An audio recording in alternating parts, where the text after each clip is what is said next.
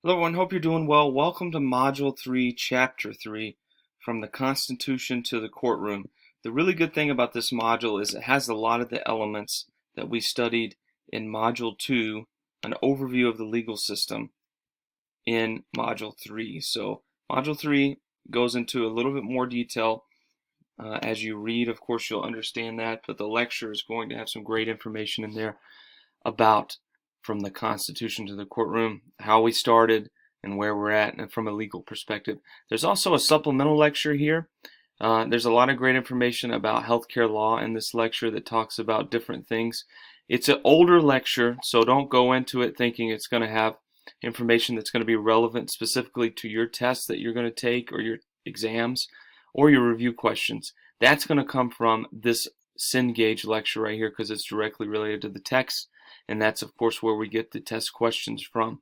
But it's great information, and I recommend that you take a look at it. And if you have a chance, make sure you watch it. I know you have a lot on your plate, but it's going to be important to, of course, go through and understand the material. It'll help you as you navigate the next few weeks from the perspective of growing and learning together. So take a look at both lectures. Of course, the Cengage lectures is tied to the exams and the review questions, and just the overall course in general. So just how you're graded on the course. Make sure you read Chapter 3 from the Constitution to the Courtroom. You do have a Module 3 PowerPoint here, which is used in this first lecture. I'm actually going to move this one up. Module 3 Cengage PowerPoint is associated with this lecture. So I would definitely print and use the Cengage lecture PowerPoint because that's the one that's going to be test question related, and I'll move that to the top so it's not confusing. Another really cool thing I listed here, some information about the statute of limitations in Washington State. I'm not going to move my screen here because it'll throw it off when I exit it out. But you need to read through this and understand what the statute of limitations and how it dictates a period of time when a legal proceeding can begin. You can't be charged for some things 50 years later, as an example. For some things you can, right? Like really terrible crimes, for an example. But there's some crimes there's a limitation to when you can be charged for them, and I think that's important. And then, hey, why do we have a statute of limitations?